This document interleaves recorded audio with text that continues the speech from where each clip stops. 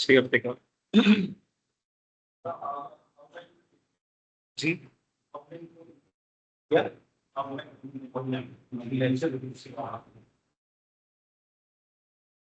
Firstly जो last हफ्ते में हमें पढ़ा था कि प्रोग्रामिंग के लिए आपको दो चीजें चाहिए होती हैं, कॉम्पिटिशनल थिंकिंग और प्रोग्रामिंग लैंग्वेजेस।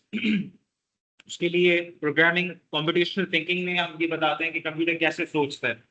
उसके लिए मैंने आपको बताया था कि कंप्यूटर जो है सबसे पहले प्रॉब्लम को डिकम्पोज करता है, उसके बाद उसमें जो पैटर्न्स होते हैं वो रेकग्नाइज करता है, उसके बाद एक्सट्रैक्शन करता है, और उसके बाद वो उसके उसको उसको एक एल्गोरिदम मिलता है। एट दी एंड एल्गोरिदम की बेसिस पे हम प्रोग्रामिंग करते हैं। एल्गोरिदम्स क्या होते हैं? स्टेप बाय स्टेप इंस्ट्रक्शन को एल्गोरिदम कहते हैं। किसी भी प्रॉब्लम को सॉल्व करने के जो स्टेप बाय स्टेप इंस्ट्रक्शंस होते हैं उसको एल्गोरिदम कहते हैं। उसके बाद मैंने आपको बताया था कि कंप्यूटर एक इलेक्ट्रॉनिक डिवाइस है। उसका मतलब ये है कि इसके फंक्शंस होंगे इनपुट, प्रोसेसिंग, आउटपुट और स्टोरेज। और कंप्यूटर के बेसिक दो टाइप्स हैं, एनालॉग कंप्यूटर्स और digital computers. Digital computers, analog computers में डिफरेंस ये, analog computers scale based computers होते हैं, जैसे एक थर्मोमीटर है। अब थर्मोमीटर की स्केल होती है तो वो एक एनालॉग कंप्यूटर है।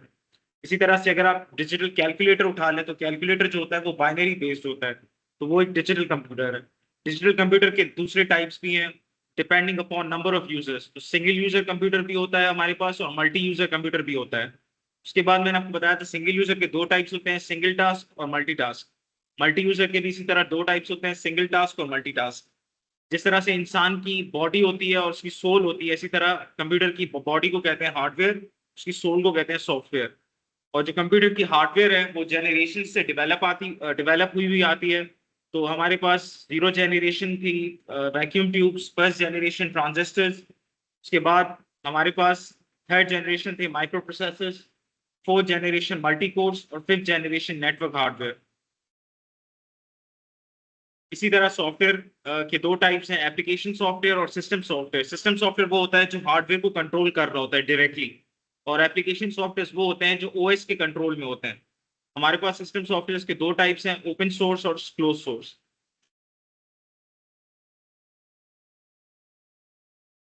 ऑपरेटिंग सिस्टम क्या होता है? इंटरफेस होता है यूजर और हार्डवेयर के दरमियान।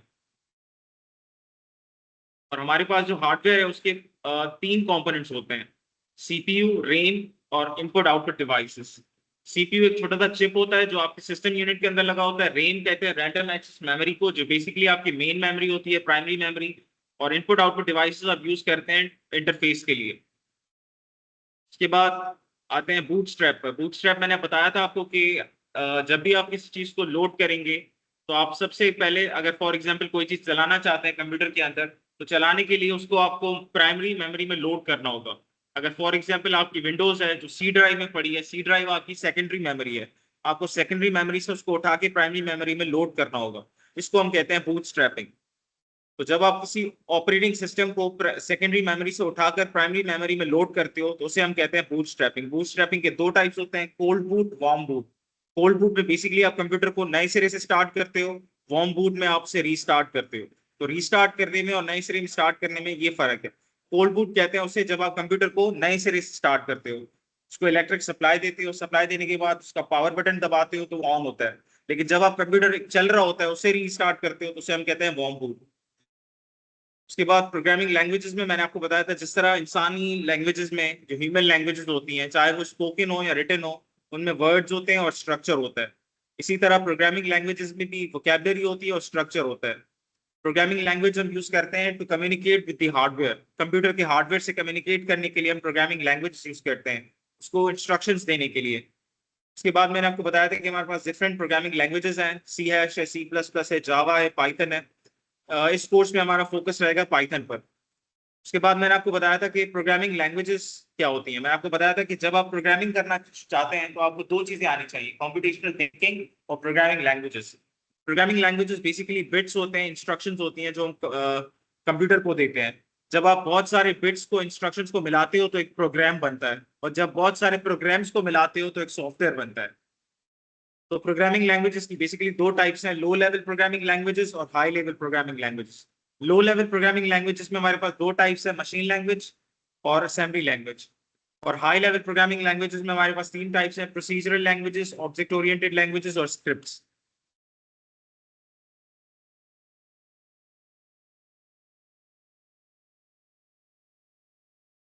उसके बाद मैंने आपको बताया था कि जब आप किसी चीज को हाई लेवल लैंग्वेज में लिखते हो तो उसको हम कहते हैं सोर्स कोड। जब आप किसी लैंग्वेज किसी कोड वगैरह को कोई प्रोग्रामिंग करने के लिए कोड वगैरह आप हाई लेवल लैंग्वेज में लिखते हो उसे हम कहते हैं सोर्स कोड। और जब आप उसे लो लेवल लैंग्वेज में लिखते हो तो उसे हम कहते हैं ऑब्जेक्ट कोड। और सोर्स कोड को ट्रांसलेट करने के लिए ऑब्जेक्ट कोड में हमें ट्रांसलेटर रिक्वायर्ड होता है। उसके बाद मैंने आपको बताया था कि कंपाइल्ड लैंग्वेजेस और इंटरप्रेटेड लैंग्वेजेस में क्या डिफरेंस होता है। कंपाइल्ड लैंग्वेजेस वो होती हैं जहां कंपाइलर क्या करता है, पूरे प्रोग्राम को चेक करने के बाद उसे रन करता है। इंटरप्रेटर क्या करता है, एक ही प्रोग्राम की जो जितनी भी लाइंस होती हैं वो हर लाइन को चेक करता है, जो लाइन सही होती है उसे एग्जीक्यूट करता जाता है। तो कंपाइलर पूरे कोड को चेक करने के बाद अगर कोड पूरा सही होगा तो एग्जीक्यूट होगा, वरना नहीं होगा। इंटरप्रेटर क्या करता है, वो पूरे कोड को चेक नहीं करता, वो सिर्फ एक लाइन चेक करता है, अगर वो सही है लाइन उसे रन करवाता है, उसे एग्जीक्यूट करता है। अगर दूसरी लाइन सही है उसे रन करवाता है, अगर तीसरी लाइन में कोई एरर है तो वहां रुक जाएगा। तो इंटरप्रेटर जो है वो पूरे कोड को चेक नहीं करता, कंपाइलर पूरे कोड को चेक करता है। उसके बाद मैंने आपको बताया था कि सी लैंग्वेज, जावा लैंग्वेज और पाइथन लैंग्वेज की परफॉर्मेंस में क्या डिफरेंसेस है। सबसे आसान हमारे पास पाइथन लैंग्वेज है। उसमें एब्स्ट्रैक्शन बहुत ज्यादा है। एब्स्ट्रैक्शन मतलब बहुत यूजर फ्रेंडली लैंग्वेज है, जिसमें सिर्फ जो इंपॉर्टेंट डिटेल्स है उन पे फोकस किया गया है, जो माइनर डिटेल्स है उन्हें इग्नोर कर दिया गया है। मतलब हमें हार्डवेयर को हर चीज बताने की जरूरत नहीं है, हमें सिर्फ हार्डवेयर को जो मखसूस चीजें हैं वो हम बताएंगे पाइथन के अंदर, बाकी वो चीजें खुद ब खुद समझ जाएगा, क्योंकि हमारे पास ऐसी लाइब्रेरीज मौजूद होती हैं। उसके बाद मैंने आपको बताया था कि हमारे पास तीन तरह के ट्रांसलेटर्स होते हैं, असेंबलर होता है, कंपाइलर होता है और इंटरप्रेटर होता है। उसके बाद मैंने आपको बताया था कि हमारे पास होता है integrated development environment. Integrated development environment एक ही सॉफ्टवेयर होता है जिसके अंदर सारे फीचर्स होते हैं। उसके अंदर कंपाइलर भी होता है, टेक्स्ट एडिटर भी होता है, डीबगर भी होता है आपका एरर एरर डीबगिंग के लिए, और प्लगइन्स भी होते हैं। एक ही सॉफ्टवेयर में आपके पास सारे फीचर्स आ जाते हैं। तो आज हम स्टार्ट करेंगे ये आप डायग्राम देख सकते हैं कि इस डायग्राम में कैसे मैंने आपको जब बताया था कि जब भी आप इस चीज को चलाते हैं तो वो सेकेंडरी मेमोरी में पड़ी होती है। आपकी गेम्स, आपकी विंडोज, हर चीज सेकेंडरी मेमोरी में होती है। आपकी डिस्क ड्राइव, आपकी C drive, F drive, D drive, ये सारी सेकेंडरी मेमोरीज होती हैं। आपकी यूएसबी, आपकी सीडी, ये सारी सेकेंडरी मेमोरी होती है। उसके बाद आप क्या करते हैं, जब आपसे ओपन करते हैं तो वो सेकेंडरी मेमोरी से चल निकल के आती है मेन मेमोरी में, आपकी रैम में आती है। रैम में वो चलना शुरू होती है, इधर वो स्टोर होती है, इधर वो चलती है। स्टोर जब जहां पे वो स्टोर होती है उसे सेकेंडरी मेमोरी कहते हैं, और जहां पे वो चलना शुरू हो जाए उसे कहते हैं मेन मेमोरी। तो इस मेमोरी का नाम मेमोरी है, लेकिन ये मेमोरी उस तरह की मेमोरी नहीं है। इधर मेमोरी का मतलब ये है कि यहाँ पे चीजें चलना शुरू हो जाएंगी, एग्जीक्यूट होंगी। तो यहाँ से जब जैसे ही वो मेन मेमोरी में आएगी तो वो सीपीयू को इंस्ट्रक्शन देगी कि व्हाट्स नेक्स्ट, अब क्या करना है। सीपीयू उसे एग्जीक्यूट करेगा, फिर वो सीपीयू को इंस्ट्रक्शन देगी, फिर सीपीयू से एग्जीक्यूट करेगा, इसी तरह साइकिल चलती रहेगी। और उसके दरमियान हमें इनपुट और आउटपुट देना पड़ेगा सीपीयू को, इनपुट आउटपुट डिवाइसेस के जरिए। तो हमारे पास सेंट्रल प्रोसेसिंग यूनिट होता है, इनपुट डिवाइसेस होती हैं, आउटपुट डिवाइसेस होती हैं, मेन मेमोरी होता है जिसको हम रैम कहते हैं। सेकेंडरी मेमोरी आपकी कोई भी हो सकती है, आपकी डिस्क ड्राइव हो सकती है, आपकी यूएसबी हो सकती है। तो बेसिकली आप देख सकते हैं कि हमने मेन मेमोरी के अंदर हमारे पास एक प्रोग्राम है जो कह रहा है कि इफ अगर x की वैल्यू 3 से कम हो तो आउटपुट प्रिंट कर दो। अब ये तो खाली इंस्ट्रक्शन है, लेकिन ये इंस्ट्रक्शन जाएंगी अब सीपीयू के पास। तो ये मेन मेमोरी के बाद जाएंगी सीपीयू के पास, और वो जाएंगी ऐसा बाइनरी कोड। अब आते हैं हम पाइथन पर। लैंग्वेज को स्टार्ट करने से पहले आपको बता दूं कि पाइथन एक ऑब्जेक्ट ओरिएंटेड लैंग्वेज है, और पाइथन को इंट्रोड्यूस किया था हाइड्रो वॉन रॉजन ने, जो एक नीदरलैंड्स का कंप्यूटर साइंटिस्ट था। ठीक। जो पहली लैंग्वेजेस थी उनकी यूटिलिटी अलग थी, हर लैंग्वेज का कुछ स्पेसिफिक पर्पस था। पाइथन जो आई है तो इसलिए आई थी कि पाइथन का जिसने पाइथन बनाई है टाइप वन, वो ये चाह रहा था कि कोई ऐसी लैंग्वेज हो जो इतनी आसान हो कि हमें हर चीज की इंस्ट्रक्शन देनी ना पड़े वहां पे। मैं हार्डवेयर को ये ना बताना पड़े कि ये लाइन चलानी है, ये लाइन बंद करनी है, इस स्पीकर को चलाना है, इस स्पीकर को बंद करना है। छोटी छोटी इंस्ट्रक्शन हम इग्नोर कर देंगे पाइथन में। पाइथन में जैसे इम्पोर्टेंस से बता दें, इससे क्या होता है, कोड स्टोर हो जाता है, हमें ज्यादा कोड लिखना नहीं पड़ता, और छोटा कोड होता है, बहुत छोटा कोड होता है और लैंग्वेज बहुत आसान है। आप जब लिखना शुरू करेंगे तो आपको लगेगा आप इंग्लिश लिख रहे हैं, इतनी आसान होती है। पाइथन जो है बहुत यूजर फ्रेंडली लैंग्वेज है। जो दूसरी लैंग्वेजेस है जैसे फॉर एग्जांपल सी लैंग्वेज है, सी आप यूज करते हैं माइक्रो कंप्यूटर्स में प्रोग्राम करने के लिए। अब आप उसी के माइक्रो कंप्यूटर क्या है, माइक्रो कंप्यूटर जो आप गार्डनिंग की रेडियो वगैरह होते हैं, जो आपका नोट होता है इस तरह का हो गया, और जो आपका फोन हो गया एंड्रॉइड के फोन का आपके पास में ये सारे माइक्रो कंप्यूटर ये प्रोग्राम करने के लिए हार्डवेयर को प्रोग्राम करने के लिए हमें एक लैंग्वेज चाहिए, सी कहते हैं। सी भी जो भी सिंपल भी होती है लेकिन आज से पाइथन यूज करते हैं। तो हम गाइडेड यूनिवर्सिटी का तीन हमारे पास बेसिक लैंग्वेज है जिसपे हम सारे कॉन्सेप्ट बेसिक है, वेब डिजाइन में भी कर सकते हैं, एप्लीकेशन में कर सकते हैं, पाइथन कंट्रोल जैसे प्रोग्रामिंग कर सकते हैं। तब उस सबके दिमाग में पाइथन है और उससे पाइथन बनाएंगे। तो पाइथन एक बहुत आसान लैंग्वेज है और बहुत यूजर फ्रेंडली है और इसकी यूटिलिटीज बहुत ज्यादा है। इसीलिए आजकल दुनिया में सबसे ज्यादा यूज होने वाली लैंग्वेज पाइथन है। अब पाइथन में सबसे पहले आपको बताऊं कॉन्स्टेंट्स क्या होते हैं। जैसे कि वर्ड बता रहा है कॉन्स्टेंट्स, ये फिक्स वैल्यूज, ऐसी वैल्यूज जो फिक्स होती हैं। उसमें नंबर्स भी हो सकते हैं, लेटर्स भी हो सकते हैं, स्ट्रिंग्स भी हो सकती हैं। नंबर्स तो आपको पता है क्या होते हैं, लेटर्स भी आपको पता है, स्ट्रिंग्स क्या होते हैं, स्ट्रिंग्स कहते हैं कॉम्बिनेशन ऑफ सिंबल्स। अगर आपके पास कॉम्बिनेशन है कैरेक्टर्स का, स्ट्रिंग कहते हैं कॉम्बिनेशन ऑफ कैरेक्टर्स। अब उसमें नंबर भी आ सकते हैं और लेटर भी आ सकते हैं। फॉर एग्जांपल मैं लिखता हूं हेलो वर्ल्ड, स्ट्रिंग्स जो है हमेशा इन्वर्टेड कॉमास में आते हैं। अब ये हेलो वर्ल्ड क्या है, लेटर्स का कॉम्बिनेशन है, इसमें आपके पास लेटर्स इस्तेमाल होंगे। अगर इसके अंदर आप नंबर डाल दें तब भी ये स्ट्रिंग ही रहेगा। तो कॉम्बिनेशन ऑफ कैरेक्टर्स को आप स्ट्रिंग कहते हैं। स्ट्रिंग क्या होती है, कॉम्बिनेशन किस चीज का, कैरेक्टर्स का। कॉम्बिनेशन जब हम कैरेक्टर्स को मिला के रखते हैं, फॉर एग्जांपल ये हमने यहाँ लेटर्स लिए H E double L two W O R L D 2 3। अब ये तो है तो लेटर्स अल्फाबेट्स हैं, लेकिन इन अल्फाबेट्स को जब आपने कंबाइन किया और इनको एक साथ रखा तो ये एक स्ट्रिंग बन गई। और स्ट्रिंग जो होती है हमेशा इन्वर्टेड कॉमास के अंदर होती है। इन्वर्टेड कॉमास यूज करते हैं आप स्ट्रिंग्स के लिए, चाहे वो सिंगल इन्वर्टेड कॉमा हो या डबल हो। आप सिंगल भी यूज कर सकते हैं, डबल भी यूज कर सकते हैं।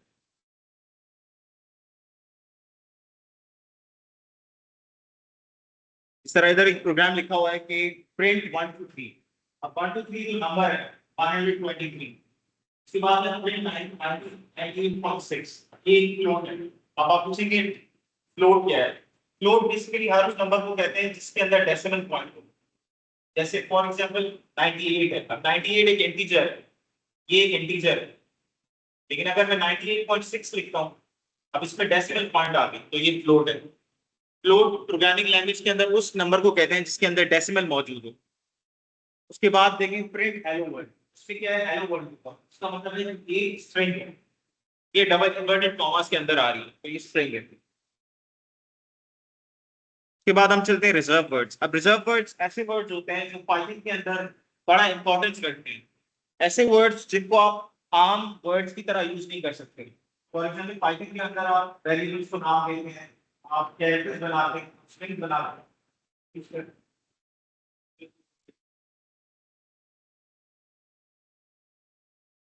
जल्दी करिए आप लेक्चर पे करेंगे। तो रिजर्व वर्ड्स ऐसे वर्ड्स होते हैं जहां पे आप इन वर्ड्स को उनका जो मेन पर्पस होता है पाइथन के अंदर स्पेसिफिक पर्पस होता है, इनको आप कॉमन वर्ड्स की तरह ट्रीट नहीं कर सकते, आम वर्ड्स की तरह इनको ट्रीट नहीं कर सकते। तो पाइथन के अंदर कुछ ऐसे वर्ड्स होते हैं जिनका हर वर्ड की स्पेसिफिक मीनिंग होती है। फॉर एग्जांपल एक वर्ड लिखा हुआ है यहाँ पे फॉल्स। फॉल्स जो है इसको आप एज अ वेरिएबल इस्तेमाल करेंगे तो आप नहीं कर सकते। तो रिजर्व वर्ड्स ऐसे वर्ड्स होते हैं पाइथन के अंदर जिनका एक स्पेसिफिक पर्पस होता है, आप उनको आम वर्ड्स की तरह ट्रीट नहीं कर सकते। फॉर एग्जांपल आप लिखते हैं x इक्वल्स टू 3। अब x एक वेरिएबल है, 3 एक कांस्टेंट है। आपने बोला x की वैल्यू है 3 और ये एक असाइनमेंट ऑपरेटर है। x की जबान में से हम इक्वल्स टू कहते हैं, लेकिन लैंग्वेजेस के अंदर, प्रोग्रामिंग लैंग्वेजेस के अंदर हम इसे कहते हैं असाइनमेंट ऑपरेटर। आप x को वैल्यू असाइन कर रहे हैं 3, तो x इधर वेरिएबल है। अगर मैं इसकी जगह लिख दूं false, false is equal to 3, तो मैं नहीं लिख सकता। कुछ और लिख दूं सही है, लेकिन फॉल्स नहीं लिख सकता क्योंकि फॉल्स सी प्लस प्लस के प्रोग्राम पाइथन के अंदर क्या है, एक रिजर्व वर्ड है, एक रिजर्व वर्ड है। तो रिजर्व वर्ड को आप इसको आप यूज नहीं कर सकते। इसकी जगह अगर आप अपना नाम लिख दो, आप किसी चीज का नाम लिख दो या कुछ भी लिख दो, लेकिन इन वर्ड्स में से आप कोई वर्ड इस्तेमाल नहीं कर सकते, क्योंकि इन वर्ड्स की मीनिंग अलग है प्रोग्रामिंग लैंग्वेज का। ये सारे रिजर्व है। अगर आप फॉर एग्जाम्पल गलती से लिख देते हो फॉल्स, अगर आप गलती से लिख देते हो फॉल्स, तो आपको कैसे पता चलेगा कि जो आपने फॉल्स लिखा है ये रिजर्व वर्ड है कि एक आम वर्ड है? कैसे पता चलेगा? चलो आपको पता नहीं है, कि मैंने आपको नहीं बताया फॉल्स जो एक रिजर्व वर्ड है, आपको कैसे पता चलेगा? नहीं, मैंने आपको बताया था कि लैंग्वेज जब हम कंपाइलर के अंदर कोई भी प्रोग्रामिंग लैंग्वेज टाइप करते हैं तो वो कलर कोडेड होती है, कलर शो होता है। तो जो उसको कलर होगा वो आपको बताया कि ये रिजर्व वर्ड है। या तो येलो भी शो होगा, तो जितने भी रिजर्व वर्ड जो सारे येलो में शो होंगे, जितने आम वर्ड जो कि रेड में शो होंगे। जब आप प्रोग्रामिंग करेंगे इसको कहते हैं टेक्स्ट एडिटिंग। टेक्स्ट एडिटिंग के अंदर जब आप प्रोग्रामिंग करते हैं तो जब आप कोड लिख रहे होते हैं हर कोड का अलग कलर होता है, हर वर्ड का, हर ऑपरेटर का, हर सिंबल का एक कलर होता है। तो कलर आपको बताता है कि ये क्या है, ये रिजर्व वर्ड है, ये ऑपरेटर है, ये वेरिएबल की ये क्या है, वो आपको कलर बताएगा। मैं आपको बताया था कि इसीलिए हम यूज करते हैं आईडी, इंटीग्रेटेड डेवलपमेंट एनवायरनमेंट। इसके अंदर टेक्स्ट एडिटर भी होता है जो कलर कोडेड होता है, और कंपाइलर भी होता है इसके अंदर, और डीबगर भी होता है जो एरर्स निकालता है, और उसके बाद कुछ प्लगइन भी होते हैं इसके अंदर। इसीलिए हम आईडी यूज करते हैं। तो पाइथन के लिए जो हम आईडी यूज करते हैं उसको हम कहते हैं, बहुत से आईडीज हैं, आप कोई भी यूज कर सकते हो, लेकिन आजकल जो चल रहा है सबसे ज्यादा वो है पाइथन। पाई से मतलब पाइथन, और चार्म जो है इसका नाम है। तो पाइथन जो आईडी है, इंटीग्रेटेड डेवलपमेंट एनवायरनमेंट, ये यूज होता है पाइथन के लिए। तो आपको मैंने बता दिया कि रिजर्व वर्ड्स वो वर्ड्स हैं जिनको आप वेरिएबल का नाम नहीं दे सकते। आप कोई भी नाम दे दो, लेकिन आप रिजर्व वर्ड जो है एज ए वेरिएबल नहीं यूज नहीं कर सकते। ठीक है? तो रिजर्व वर्ड्स पाइथन के अंदर वो वर्ड्स होते हैं जिनका एक स्पेसिफिक पर्पस होता है, उनको आप किसी और पर्पस के लिए इस्तेमाल नहीं कर सकते। ठीक है? उसके बाद आते हैं वेरिएबल्स। जिस तरह मैंने आपको बताया कि जब आप बेसिकली मैथ्स के अंदर क्या होता है, आप एक वेरिएबल चूज करते हो y, उसको आप वैल्यू देते हो 3। ठीक है? इसका मतलब ये है कि आपने एक वेरिएबल चूज किया और उसको आप वैल्यू दी, असाइन की 3। ठीक है? लेकिन कंप्यूटर के अंदर इसका मतलब ये नहीं है। कंप्यूटर के मतलब इसका अंदर कंप्यूटर के अंदर इसका मतलब ये है कि कंप्यूटर के अंदर आपको पता है कि मेमोरी होती है। ठीक है? तो आपने कंप्यूटर से एक छोटी सी मेमोरी ली, छोटी सी मेमोरी ली। ठीक है? जब आप y लिखते हैं इक्वल्स 3 लिखते हैं ना, तो बेसिकली आप एक छोटी सी मेमोरी लेते हैं, चाहे वो 1 बिट हो, 1 बाइट हो, उसकी क्या भी कितनी भी हो सकती है। ठीक है? आप छोटी सी मेमोरी लेते हैं और उसके अंदर लिख देते हैं 3। अब इस मेमोरी का नाम क्या है? y। तो बेसिकली मैथ्स के अंदर जब आप y इज इक्वल टू 3 लिख रहे होते हैं तो आप एक बेसिकली अलजेब्रिक एक्सप्रेशन लिख रहे होते हैं, y की वैल्यू y की वैल्यू। लेकिन प्रोग्रामिंग के अंदर वेरिएबल्स कॉन्सेप्ट थोड़ा चेंज है। प्रोग्रामिंग के अंदर वेरिएबल कहते हैं मेमोरी के नाम। जो मेमोरी को आपने वैल्यू असाइन की है उसको जो आप नाम देते हैं उसको क्या कहते हैं? वेरिएबल। अब वो मेमोरी कितनी भी हो सकती है। अब फॉर एग्जांपल यहाँ पे लिखा है variable is a name place in the memory where programmer can store data and later retrieve the data using the variable name. Memory एक वो वेरिएबल एक वो जगह होती है, एक ऐसी जगह होती है मेमोरी के अंदर जिसका नाम होता है, जिसके अंदर डेटा स्टोर होती है और वो डेटा हम वापस ले सकते हैं।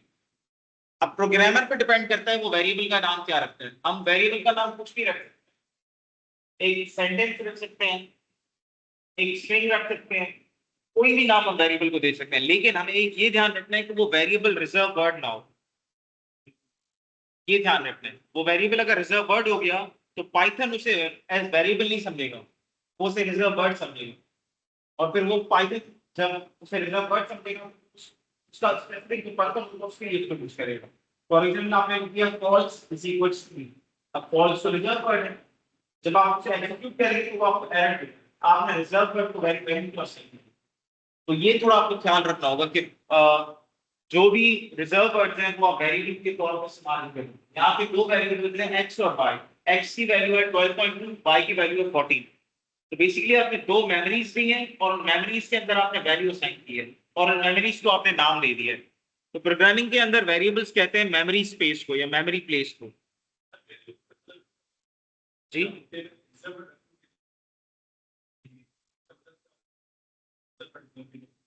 क्या मतलब है कि जितने भी प्रोग्रामिंग पाइथन के अंदर रिजर्व वर्ड है उसको आप वेरिएबल चूज करते हैं।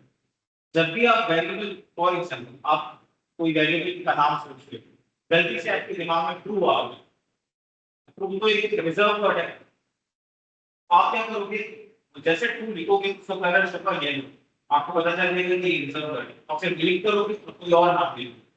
तो वेरिएबल जो है उसका कोई भी नाम रख सकते हो लेकिन वो रिजर्व वर्ड नहीं है। ये आपको क्या है, ठीक है। आप उस x दो, y दो, z दो, कोई भी अल्फाबेट दे दो, कोई कोई बड़ा सा नाम दे दो, अली कह दो, कुछ भी कह दो, लेकिन वो रिजर्व वर्ड नहीं होना चाहिए। अब वेरिएबल जैसे मैंने आपको बताया कि हाँ, आप फॉर एग्जांपल आपने x को वैल्यू असाइन की है 12.2, आपने x को एक वैल्यू असाइन की है 12.2। अब इसका मतलब ये है कि आपने एक छोटी सी मेमोरी ली, उस मेमोरी के अंदर आपने 12.2 प्लेस किया और उस मेमोरी को आपने नाम दिया x। अब उस मेमोरी के अंदर एक ही वैल्यू है 12.2। 12.2 इंटीजर है, फ्लोट है, फ्लोट है वैल्यू। अब क्या ये वैल्यू चेंज हो सकती है? क्या मैं x की वैल्यू चेंज कर सकता हूँ? मैंने x को वैल्यू दी 12.2, क्या मैं x की वैल्यू चेंज कर सकता हूँ? कर सकती हूँ। क्या करूंगा मैं? सिंपली एक बार और लिखूंगा x इज इक्वल टू 100। अब x की वैल्यू क्या होगी? हाँ, इंटीजर होगी, लेकिन देखिए वैल्यू भी चेंज हो गई, डेटा टाइप भी चेंज किया। पहले वैल्यू थी 12.2, अब वैल्यू है 100। पहले डेटा टाइप था फ्लोट, अब वैल्यू, अब डेटा टाइप है इंटीजर। तो मैंने वैल्यू भी चेंज कर दी और डेटा टाइप भी चेंज कर दिया। इसका मतलब है कि मेमोरी के अंदर जो आपने वैल्यू रखी है उसे आप चेंज कर सकते हो। तो अब वो सेम मेमोरी की मैंने वैल्यू चेंज कर दी। आप देख सकते हैं x के अंदर पहले 12.2 था, उसके बाद 100 आ गया। तो आप वैल्यूज भी चेंज कर सकते हैं। अब पाइथन के अंदर कुछ रूल्स हैं कि आप वेरिएबल को क्या नाम दे सकते हैं। सबसे पहला रूल ये है कि वेरिएबल जो है दो चीजों से स्टार्ट होना चाहिए। या तो स्टार्ट होना चाहिए लेटर से, अब वो लेटर कुछ भी हो सकता है, या तो सबसे पहला रूल ये है कि वेरिएबल का जो नाम हो वो किसी ना किसी लेटर से स्टार्ट होना चाहिए। अगर आपके पास लेटर अवेलेबल नहीं है, इन केस आप अंडरस्कोर यूज कर सकते हैं। आप अंडरस्कोर देकर उसके बाद कुछ भी लिख सकते हो।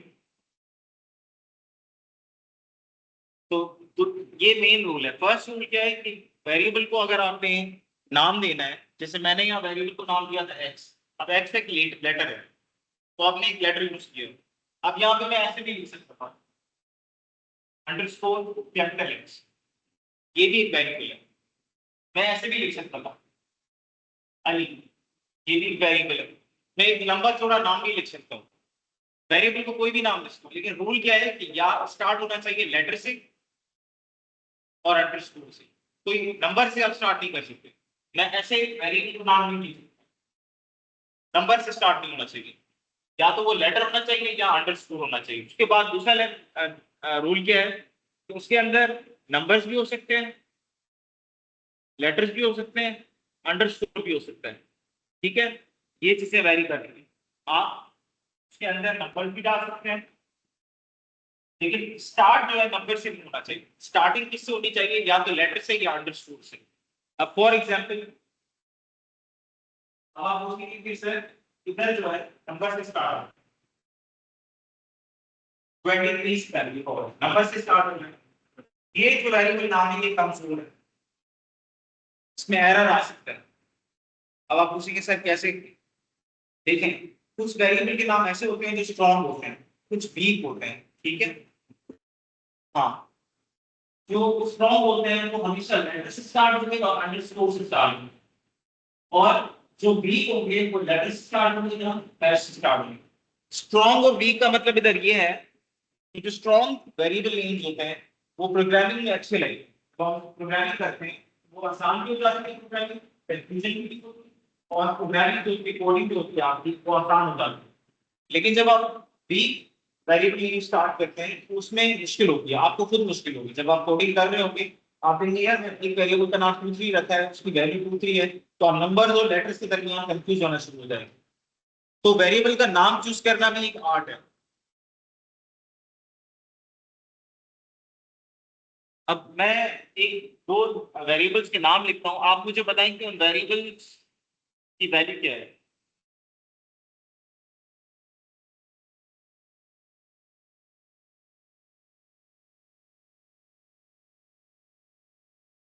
ये सेम वेरिएबल्स है, अलग अलग वेरिएबल।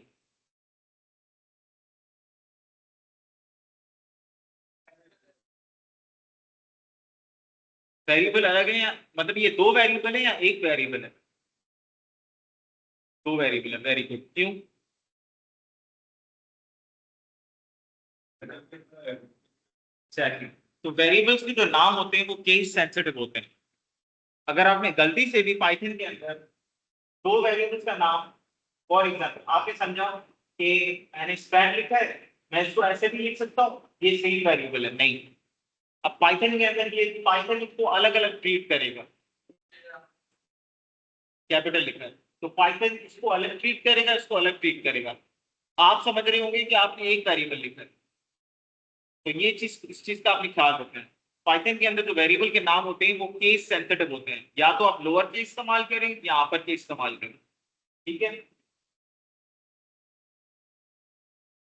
उसके बाद हम आते हैं सेंटेंसेस और लाइंस पे।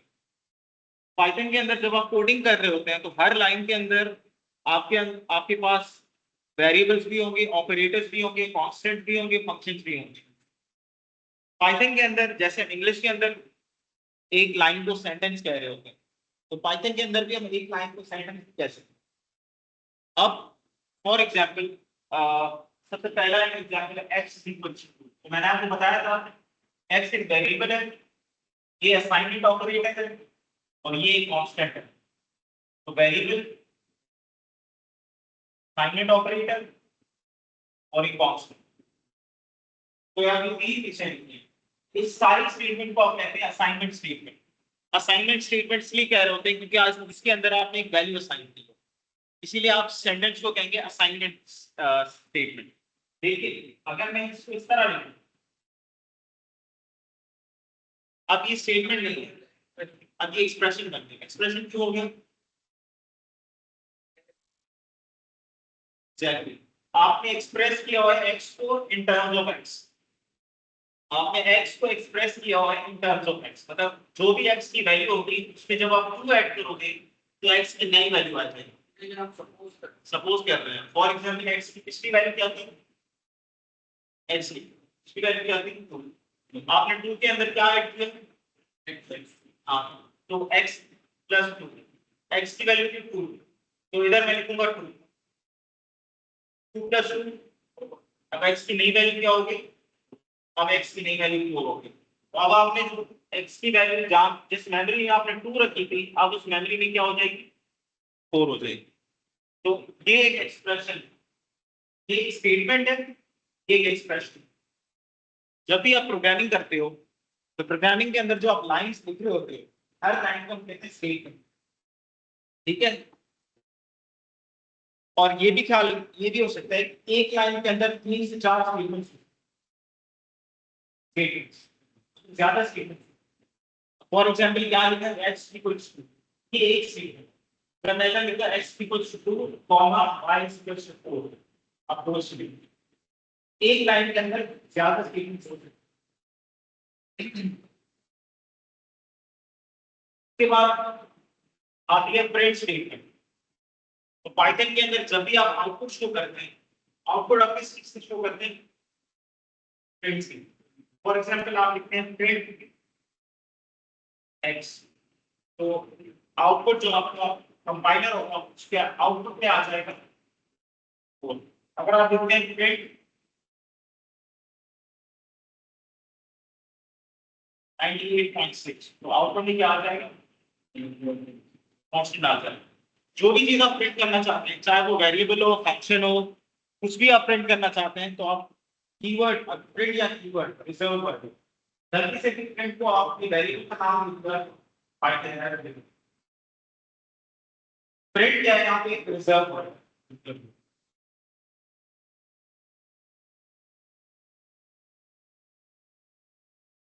अब आप बता सकते हैं कि ये जो वेरिएबल के, अब ये वेरिएबल के नाम है, मैंने आपको बताया था ना, वेरिएबल के नाम आप लंबे चौड़े भी लिख सकते हो, बड़े भी लिख सकते हो। अब देखो यहाँ पे वेरिएबल के नाम कितने बड़े और कितने कंफ्यूजिंग है। तो ये जो ये वीक वेरिएबल, ये वीक है, ये इनमें अंदर नंबर्स भी आ रहे हैं, लेटर्स भी आ रहे हैं, और देखिए आप डिफरेंशिएट नहीं कर पाओगे कि तीसरे वेरिएबल और दूसरे वेरिएबल में डिफरेंस क्या है। दैट सी, ये डिफरेंस है। तो देखिए ये बड़ी कंफ्यूजिंग है, तो ये प्रोग्रामिंग में आपको बड़ी डिफिकल्टी कर पाएंगे। इसीलिए आप वेरिएबल्स के नाम जो है वो स्ट्रॉन्ग चूज करते हो।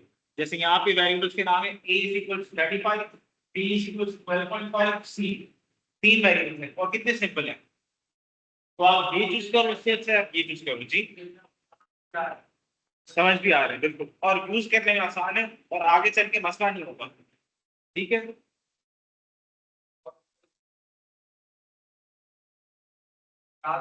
याद भी नहीं होंगे, और जो जो पढ़ने वाला होगा उसे कंफ्यूजन होगी। हाँ, टाइपिंग में भी दिक्कत होगी बिल्कुल।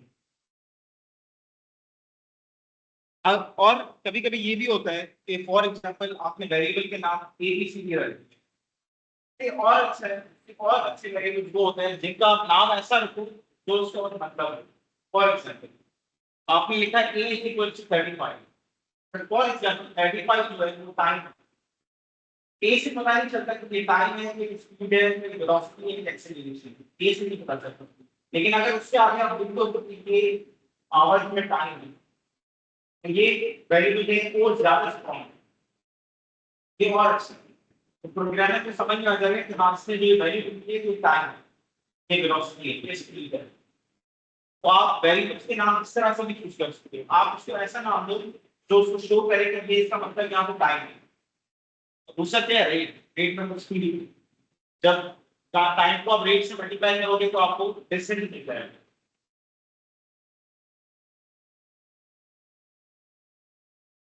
और मैंने आपको बताया था कि असाइनमेंट स्टेटमेंट्स क्या होती हैं, जिनमें असाइनमेंट ऑपरेटर, जिस भी स्टेटमेंट में ये जिस भी स्टेटमेंट में ये सिंबल होगा उसको हम कहेंगे असाइनमेंट स्टेटमेंट। जैसे यहाँ पे एक असाइनमेंट स्टेटमेंट है। अब यहाँ पे आप बता सकती हो कि इस ऑपरेशन के अंदर सबसे पहले क्या सॉल्व होगा। सही है, ठीक है, उसके बाद मल्टीप्लिकेशन, ठीक है, सबसे पहले हाँ कौन सा रूल, वोट मार्क्स, सही। अब यहाँ आप देख सकते हैं कि सबसे पहले हमने ब्रैकेट सॉल्व किया है, उसके बाद हमने मल्टीप्लिकेशन की।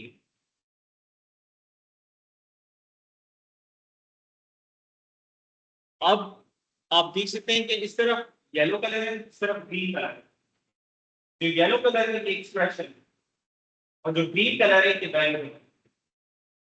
आप इसे वैल्यू भी कह सकते हो, आप इसे मेमोरी भी कह सकते हो, आप मेमोरी कह सकते हो, सिंपली आप इसे कह सकते हो मेमोरी। जो एक्सप्रेशन का रिजल्ट होगा से यहाँ पे 0.96, वो आप एक्स की मेमोरी में स्टोर कर दो।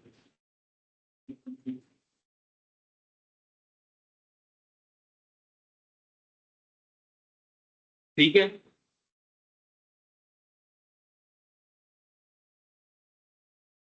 तो x की पहली वैल्यू थी 0.6, उसके बाद x को हमने नई वैल्यू दी, सॉल्व करने के बाद आई 0.936, तो x की नई वैल्यू क्या होगी, 0.936। अब ये कुछ ऑपरेटर्स हैं जो हम यूज करते हैं, एडिशन है, सब्ट्रैक्शन है, मल्टीप्लिकेशन है, डिवीजन है, पावर है, रिमाइंडर है। अब यहाँ पे आपने सारे पढ़े होंगे, एडिशन आपने पढ़ा है, सब्ट्रैक्शन पढ़ा है, मल्टीप्लिकेशन पढ़ा है, डिवीजन पढ़ा है। पावर को आप इस तरह लिखते हैं मैथ्स के अंदर,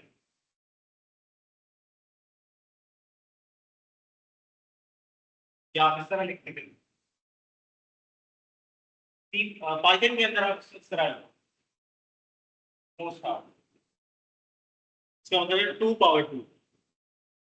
तो पाइथन के अंदर आप दो स्टार्ट हो। उसके बाद एक ऑपरेटर आता है जिसे आप कहते हैं रिमाइंडर।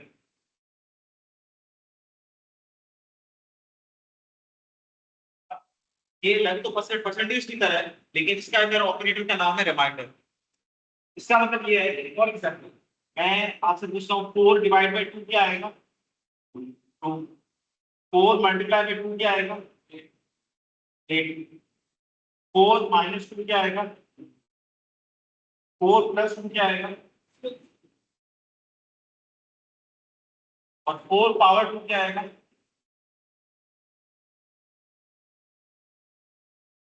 ठीक है, दो बार आपने एस्टेरिस्क का सिंबल यूज करना है। और लिखा हुआ है ना पावर के आगे क्या लिखा हुआ है, दो सिंबल लगे हुए हैं, दो है, तो ये दो बार इसको इस सिंबल को हम कहते हैं एस्टेरिस्क। अब दो बार अगर एस्टेरिस्क इस्तेमाल करोगे तो वो पावर से मिल जाएगी। उसके बाद आता है रिमाइंडर। ये बता सकते हो कितना होगा, 4 रिमाइंडर 2।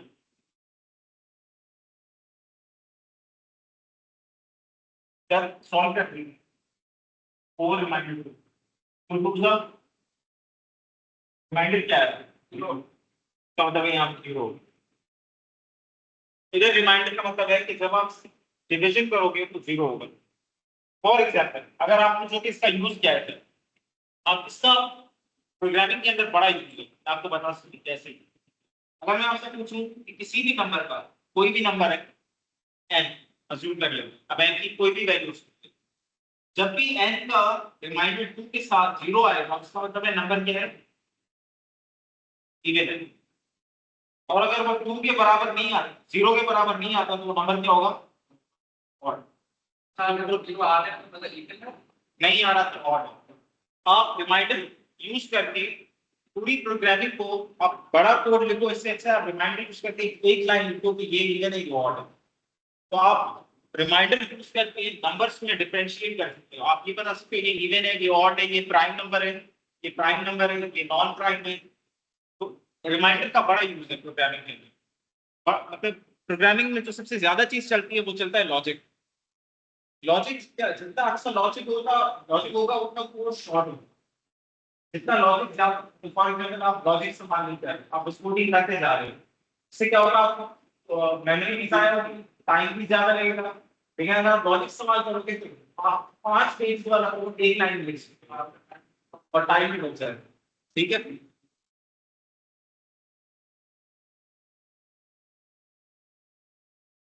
उसके बाद ये कुछ न्यूमेरिक एक्सप्रेशन है। इसमें मैंने आपको बताया कि फॉर एग्जांपल x x की वैल्यू क्या है, 2 है।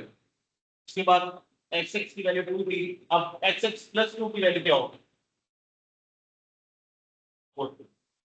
y की वैल्यू है 440 × 12। ठीक है, z की वैल्यू है y y डिवाइड बाय 1000। ठीक है, तो ये सिंपल कैलकुलेशन है, ये आपको बता रहे हैं कि कैसे आप चीजों को रिलेट कर सकते हैं। फॉर एग्जांपल एक वेरिएबल है जीटी, जीटी की वैल्यू क्या है, 2 की। ठीक है, यस, तो क्वेश्चन है क्लास की। हाँ